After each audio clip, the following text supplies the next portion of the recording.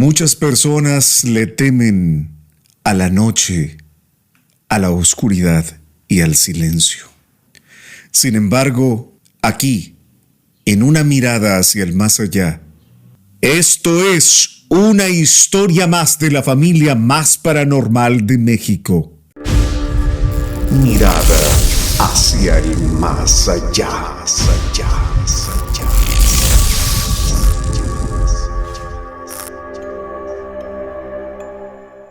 Hoy vamos a tener una anécdota increíble. La sombra que salió de la Ouija.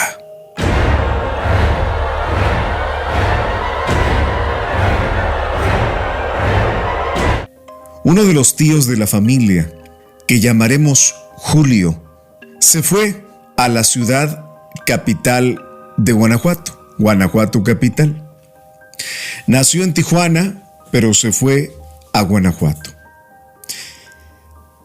La ciudad de los túneles, la ciudad de las leyendas, la ciudad de las momias, la ciudad del misterio. Julio rentó un cuarto junto con un amigo.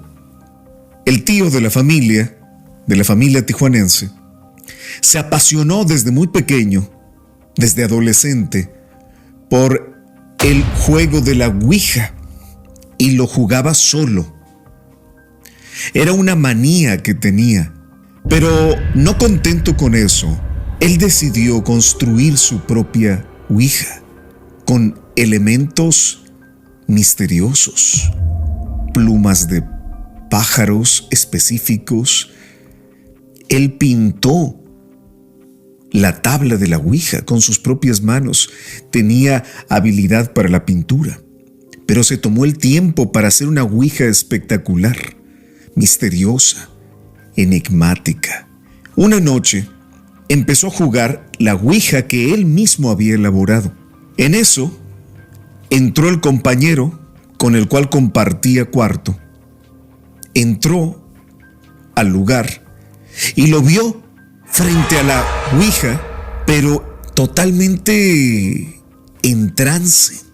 Estaba como retorcido, como si el cuerpo lo tuviera retorcido, tirado al lado de aquella tabla de Ouija. A los días siguientes, él ya no quiso vivir con Julio. Él ya no quiso. Lo dejó, le dejó el cuarto completo, se retiró y nunca se volvieron a ver. Pues había quedado perturbado ante aquella imagen. Verlo ahí a Julio en trance frente a la Ouija, una Ouija que había elaborado durante semanas y que había provocado en el entorno una serie de fenómenos que estaban perturbando la armonía. Entonces, el compañero de Julio ya no quiso vivir con él, de tantos fenómenos que se estaban ya manifestando. Así que se quedó solo el tío de la familia. Tuvo que regresar a Tijuana. Se trajo la Ouija. Seguía jugando por las noches. Era una pasión que tenía ya. Ocurrieron muchos sucesos, pero fueron dos en particular los más aterradores. Él dice que en una ocasión pasaba por el Parque Teniente Guerrero, que es como el parque central de Tijuana.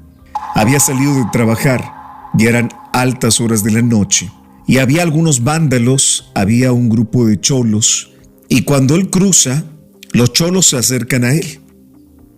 Estamos hablando de los años 80, finales de la década de los 80. Se acercan a él e intentan asaltarlo, atracarlo.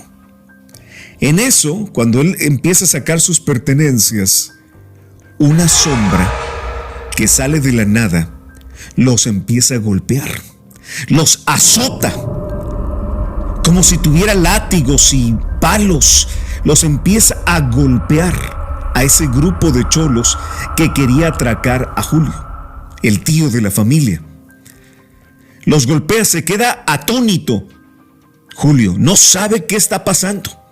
Sale corriendo del lugar, toma sus pertenencias, sale corriendo. Pero no fue el único momento o la única vez que se manifestó aquella sombra que había salido de la Ouija en Guanajuato capital. En otra ocasión, que estaba rentando una parte de su casa, Julio, para poder pagar la renta total, pues las rentas en California son muy caras, en ese tiempo eran muy caras y lo siguen siendo.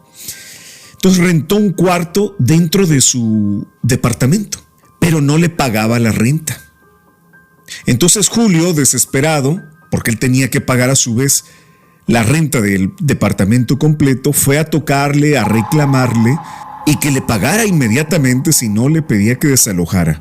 Resulta que Julio empezó a escuchar platos que se rompían, cosas que aventaban dentro de la habitación de la persona que no le pagaba la renta.